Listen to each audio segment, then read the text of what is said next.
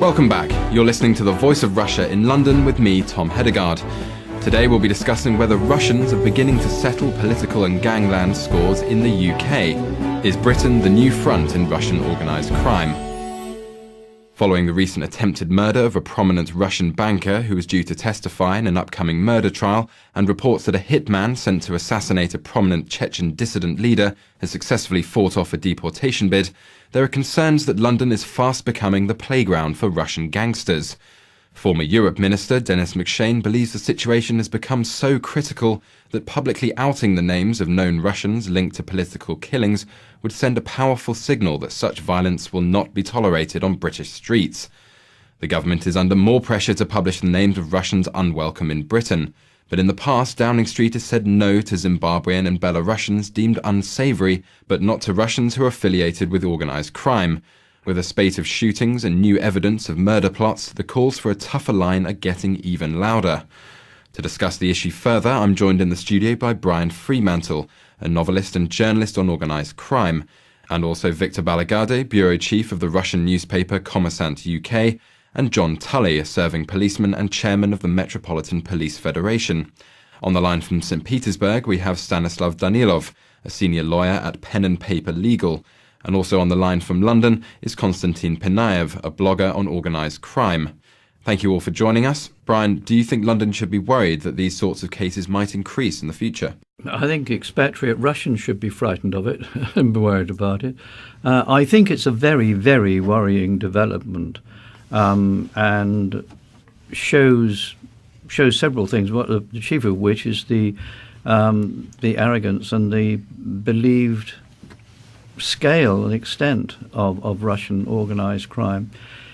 And my own feeling is that it's very difficult, it would be difficult, for what would appear to be a comparative ease of assassins and would-be assassinations happening in London if there weren't an element or a degree of state assistance.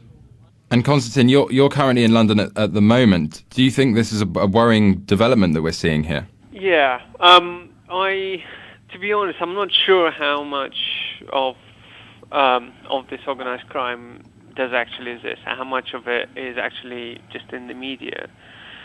I mean, probably every nation gets branded to a degree. But I, just as a regular as a professional living in London that happened to be a Russian, I find it a bit kind of frustrating that every now and then there's this story that comes up. Someone either gets murdered or there's another court case with Russians involved, and that kind of puts most Russians into this category, which is really frustrating because you get this from both ends, really. You get all the British press covering these stories, and every single Briton now expects you to be super rich, have way more money than reason, and have very dodgy kind of sources of income. The truth is, probably 99.9% of Russians living in the UK are professionals. They are kind of in managerial positions. All of them are educated, but yet you get tarred with that kind of super rich brush, which is really frustrating, and I kind of find it disappointing. Equally, actually, the same in Russia, because again, there's a big political angle to this, and I think it's very easy for the Russian media to paint the same picture there. So I've got a blog in Russian, and a lot of readers that just come to the blog, they automatically assume that I am a mini oligarch that just has an agenda to say. So that I just find it frustrating, really. I don't think there will be a massive rise of organised crime. And Victor, you're a Russian journalist working in London. One thing that some ordinary Russians have said when discussing organised crime, or Russian organised crime in London, is that they're being tarnished with the same brush, that they're somehow involved in this, and it's almost perpetuating an ugly stereotype. Would you say that you've heard the same thing? Well, yes, I did hear these kind of comments, and I've heard many, actually, from many Russians. I did hear comments like you've described. But I mean, we have to consider that there are different types of Englishmen, and everyone. I mean, some people do have stereotypical way of thinking. Some people are smart, and they know that you cannot judge about the whole nation just seeing few examples. Yeah, this is true because, I mean, if we consider through the stage of development that Russia is going through and has been going through for the last couple of decades, it's true that most of the Russians you see here in London, they're either extremely rich Russians or they can be ladies of a certain type of behaviors you find in Soho, in Shepherd's Shepherd's Market, exactly, those areas of London. But it doesn't mean, I mean, I'm sure smart Londoners know that Russia is not about those kind of ladies and those super rich people. I mean, people who are familiar with the Russian culture and people who've been probably to Russia or seen Russian movies, they know that you can find all sorts of Russians. So it all depends whom you talk to, it all depends whom you communicate with. There are people who have stereotypical way of thinking. It's the same like in Russia. Many Russians think that all Englishmen are either sailors or aristocrats because they judge about Englishmen by the books they read from the Victorian time. But you come now to London and you find different types of Englishmen. So it's all about the people you communicate with, and I'm sure there are smart Londoners who are aware that Russia is more larger and much vast country than just being about people who make a lot of money, kill others, or etc. And Stanislav, one of the, I think perhaps an irony to all of this is that some Russians come to England because of strength of the rule of law. That's one thing they've referenced. Do you not think this is quite ironic that now they're bringing some criminality with them? Do you think that's the case?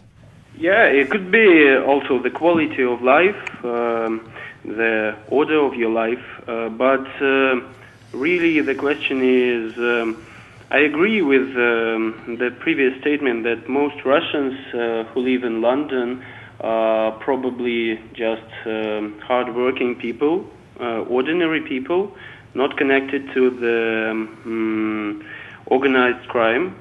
And I wonder if there is really any grounds to say that Russian organized crime threaten the UK because they tend to commit crimes among the same ethnic group.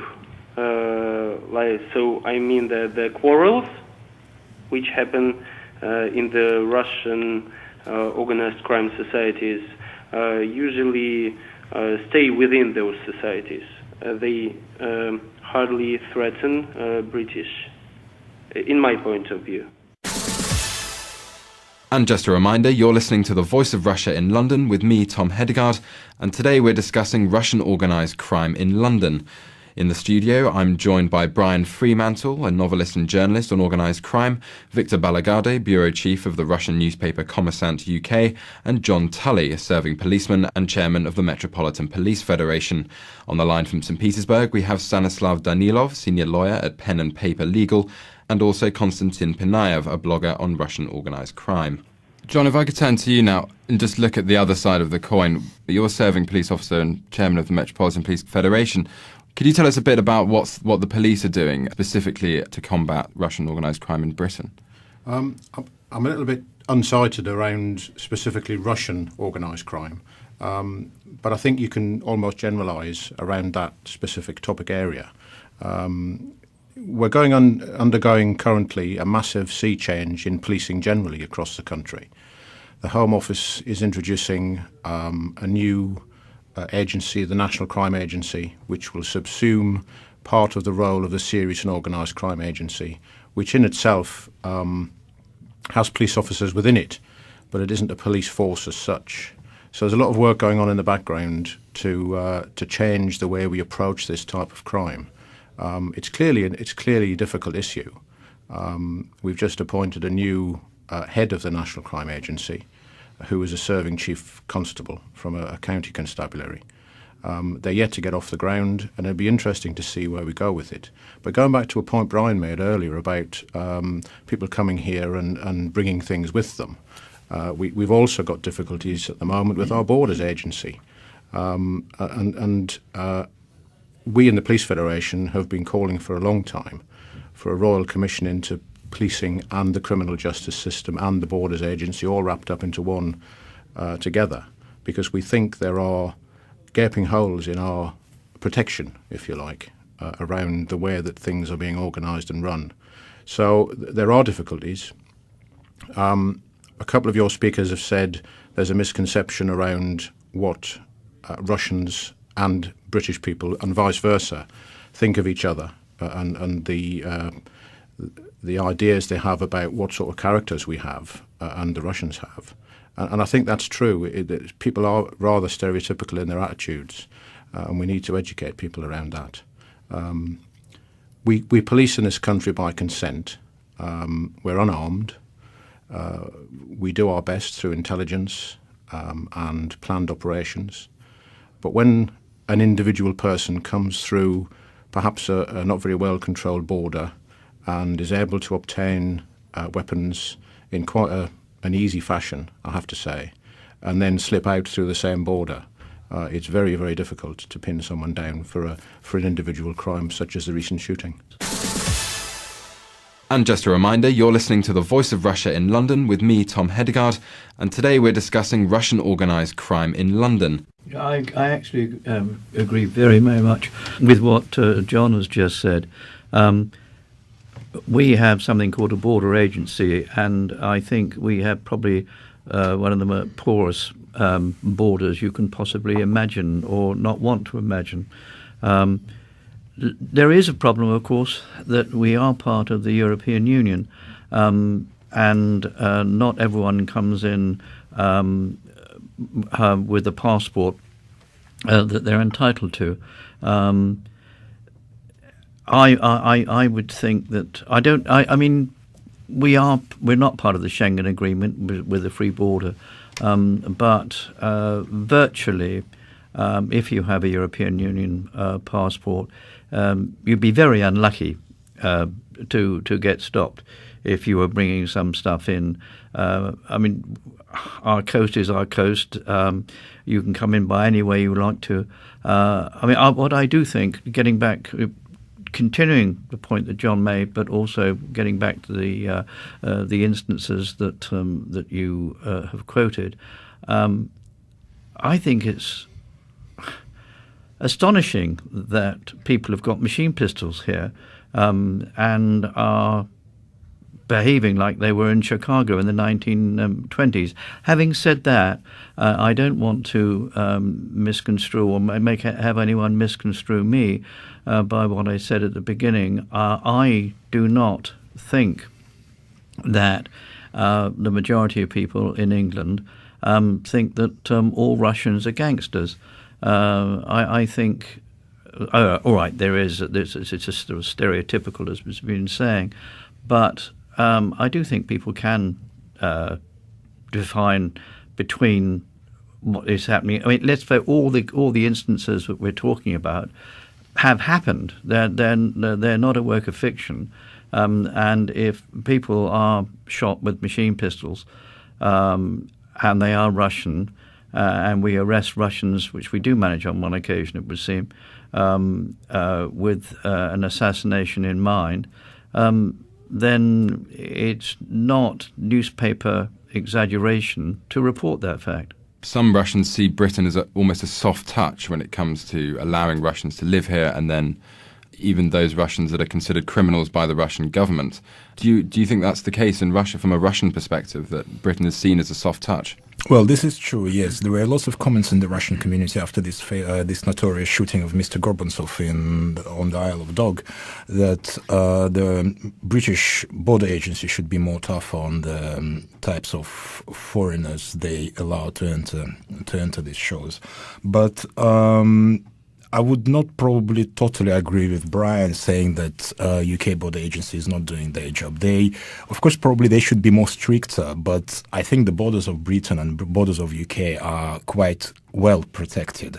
But as in many other fields, when it comes to immigration, you have to look individually on each person whom you allow to enter UK. Well, I'm not being a professional immigration officer, obviously, but that's what I would think. And if you look at Gorbunsov's case, the gentleman who was shot, in Canary Wharf a couple of weeks ago, this is the man who has a number of cases being opened against him in at least 2 countries. So we are talking about Moldova juridical system, which has few cases in the court open against him, and we are talking about the Russian Federation, where he is also being persecuted. And the man who has been in the financial industry for years and years, and who has been buying and selling different banks and financial institutions, and being involved in numerous scandals and shootings of bankers in Moldova and in Russia, I don't think that's the right man who should be allowed in the UK. Well, that's my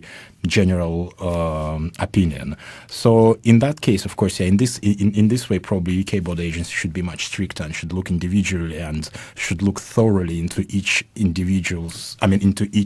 case of each individual who is trying to seek either political asylum or indefinite leave to remain in this country.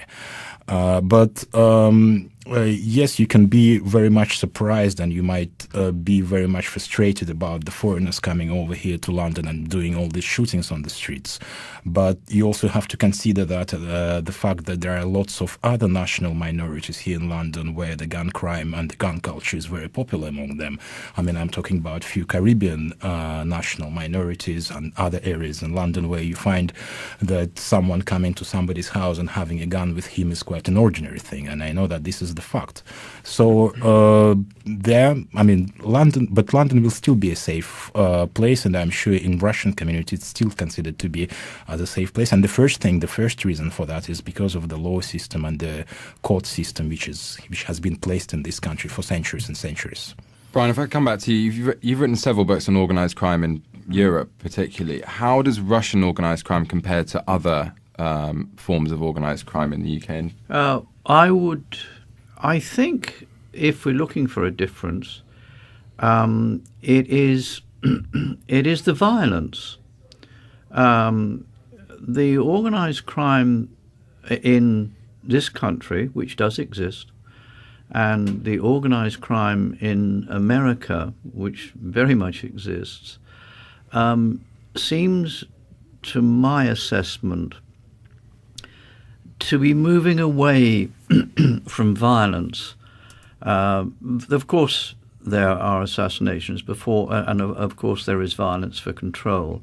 But I've repeated many times, and I was caught. I was in Las Vegas some time ago, talking to someone in a casino. We were just talking generally. It wasn't an interview as such. It was just a social gathering. And he said to me, and he meant it, that the very, very worst thing that could have happened was when the American Gaming Commission drove as much as it could the Mafia out of Las Vegas. Because he said when they did that for a period, in fact, it's crept back since, but during that period, Las Vegas was the most law-abiding city probably in America for most crimes, because the Mafia wanted people to come and gamble and not be bothered to think that they were at risk from any other sort of crime. It was law-abiding. People, women could walk down the street naked and wouldn't be raped or touched. So I think the organised crime in America now and in this country, and to a degree in some, not all, European countries, is more white-collar crime, and they don't want to interfere with what they're doing, which is making vast sums of money, by resorting to violence. And just a reminder, you're listening to The Voice of Russia in London with me, Tom Hedegaard, and today we're discussing Russian organised crime in London. I think there are two distinctions. We've got the white-collar crime that Brian has just mentioned, which absolutely exists. And I think if we cast our minds back to the summer last year, when we saw the riots across Britain, and there was a lot of talk, and in fact Bill Bratton came over from the States to give us the benefit of his wisdom around the gang cultures that he dealt with when he was commissioner in a couple of police forces over there. I think very much certainly in the metropolitan area that I deal with, we see very much the case is the gangs, and there are upwards of 60 that we know of across London. And they have a number of... Not specifically Russian? Not specifically Russian, no. I mean, our friend here has mentioned the Caribbean, and we have Operation Trident, which looks at black-on-black gun crime. And that's actually just been extended. That operation's just been extended across the Metropolitan District to look at gangs per se. And it's very much a thrust of the new commissioner's ethos, the total war on crime, to attack crime at every level, from littering right up to murder. So there's a sea change. He's very, very new in post, our commissioner. He's got some new ideas. He's listened to input from the likes of Bill Bratton. The City of London police pretty much deal with the white-collar crime. Obviously, we have our own dealings as well, but you've got the Serious Fraud Office who deal with the city. So there are distinctions, and I think we got a little bit carried away last summer around the gangs were responsible for the violence that we saw on our streets. And that's pretty much a one-off, and hopefully we won't see the likes of it again very soon.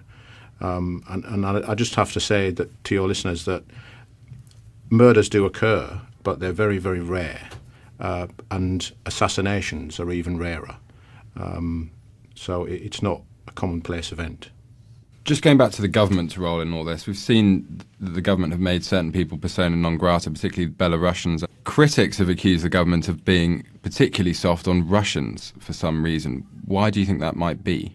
As I'm sure you know very well that in the English, I mean, in the House of Parliament, in the House of Commons, in the British Parliament, we had a couple of hearings about the Magnitsky list, and there are lots of talks and lots of things happening in this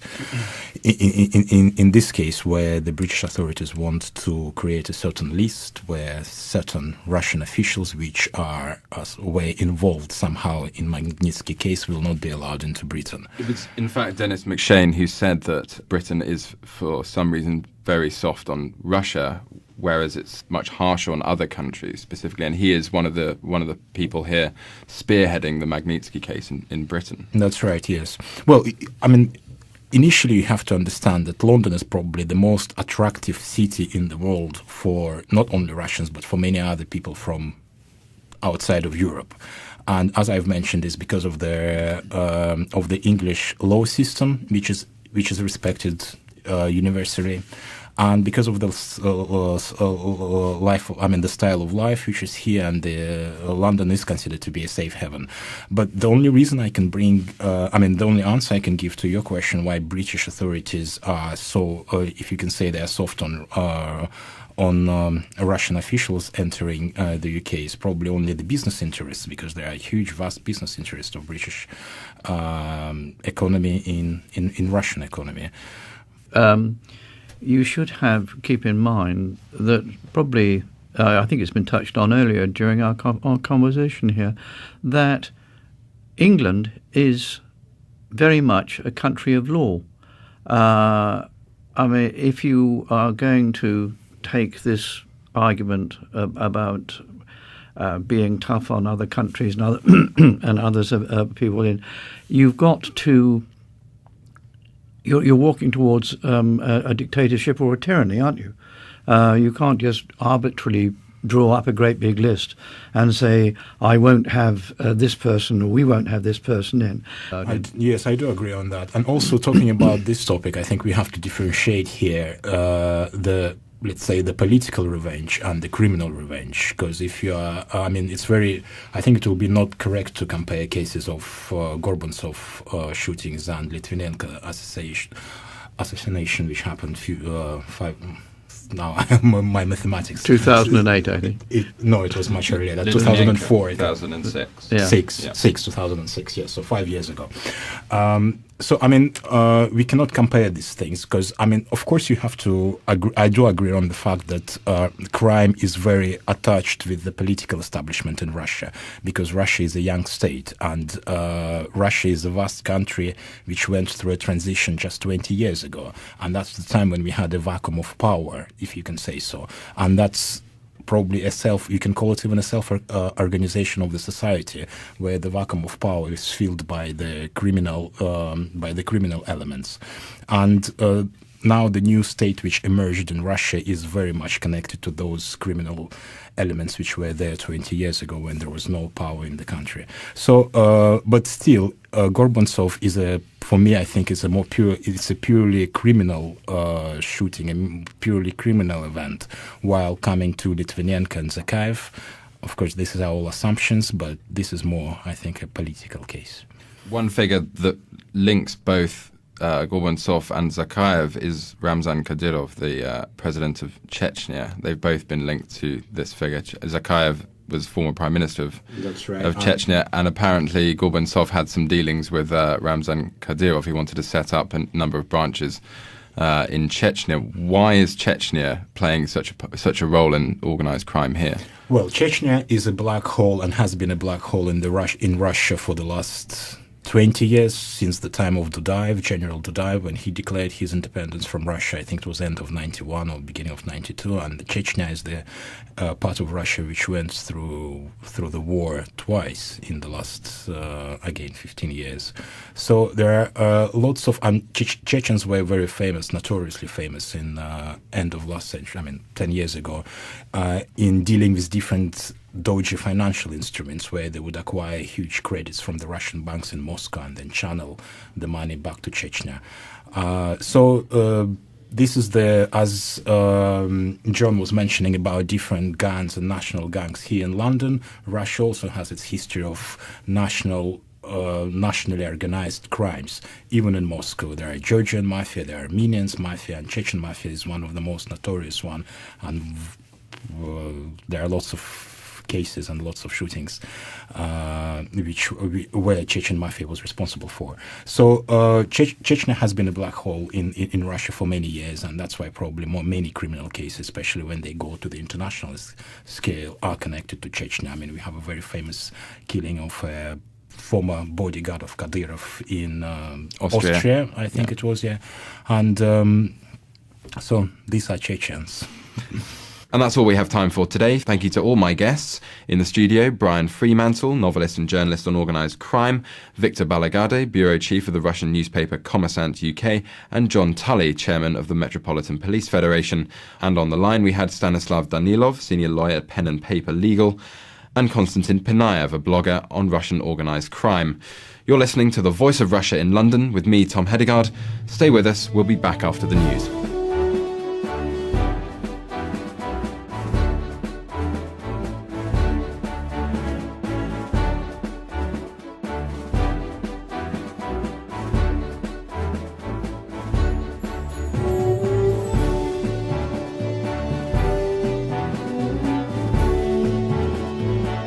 Think this is a worrying development that we're seeing here? Yeah, to be honest, I'm not sure how much of this organized crime does actually exist, how much of it is actually just in the media. Probably every nation gets branded to a degree, but I just as a regular as a professional living in London that happen to be a Russian, I find it a bit kind of frustrating that every now and then there's this story that comes up. Someone either gets murdered or there's another court case with Russians involved, and that kind of puts most Russians into this category, which is really frustrating because you kind of. Welcome back. You're listening to The Voice of Russia in London with me, Tom Hedegaard.